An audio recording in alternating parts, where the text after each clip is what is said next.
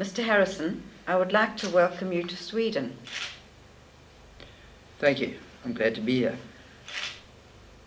Can you please give me a brief background of yourself and how your family came to Africa? My father was from Ireland, Belfast, and my mother was from Toronto in Canada. They came to Africa in 1936. In 1939, I was born in a place called Bulawayo. Can you describe briefly how Rhodesia became such a prosperous country?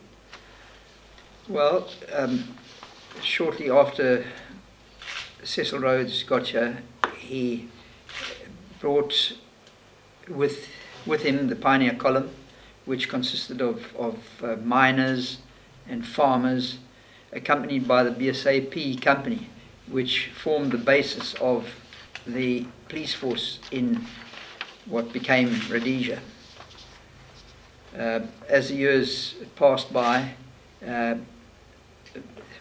plenty of mining took place in the country, and many different minerals were found, including gold and many other valuable minerals.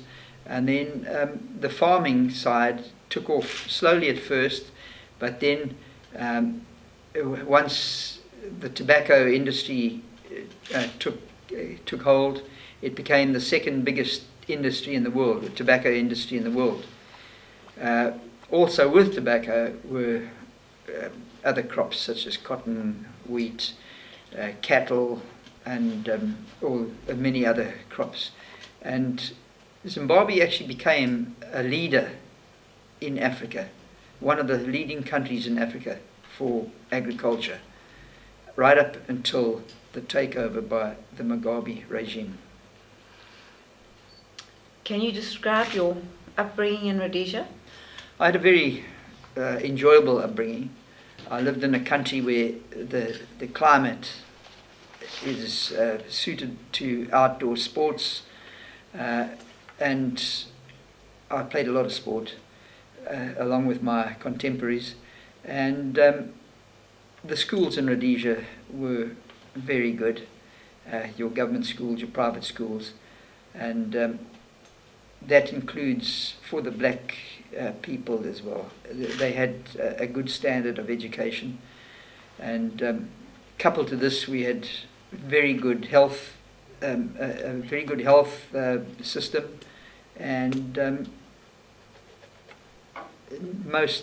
dental care. We had good dental care, and so most things were in order for it to become a prosperous country. The European and African cultures were very different, and still these lived and worked together very well until Mugabe's takeover. Can you comment on that?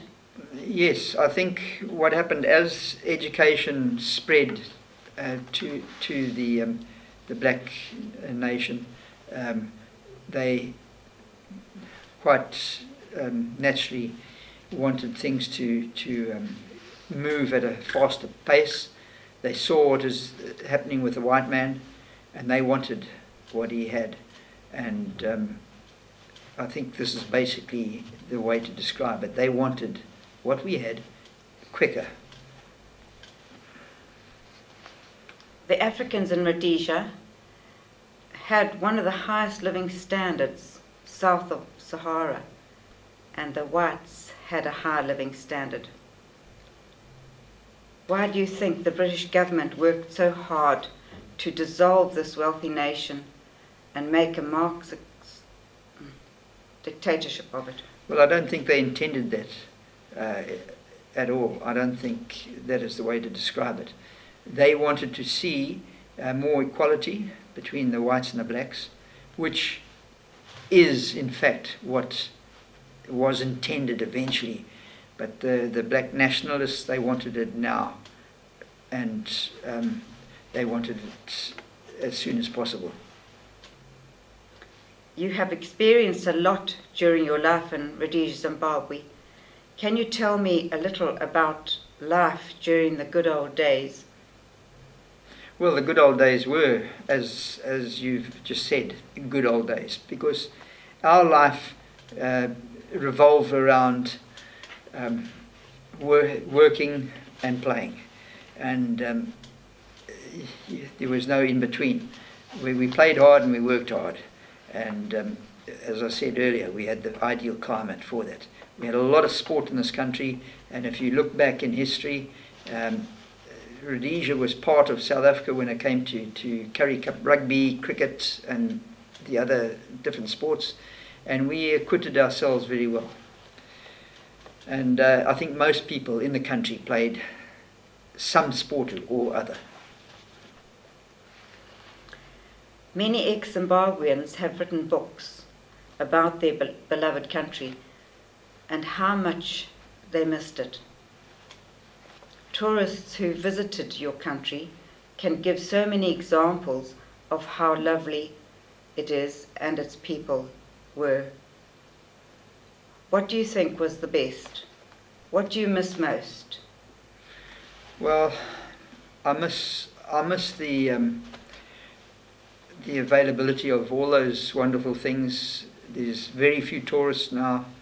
A lot of the places that we used to go to are run down. They're not being utilised like they used to be. We've still got some of the best game reserves in the world, and we've got wonderful places to go to. We've got the Zambezi River, Lake Kariba, the Eastern Highlands, the game reserves, as I mentioned, both at Wankie and down the Lowveld, and there are many places to go to in this country, and I believe that one day they will come back to what they used to be.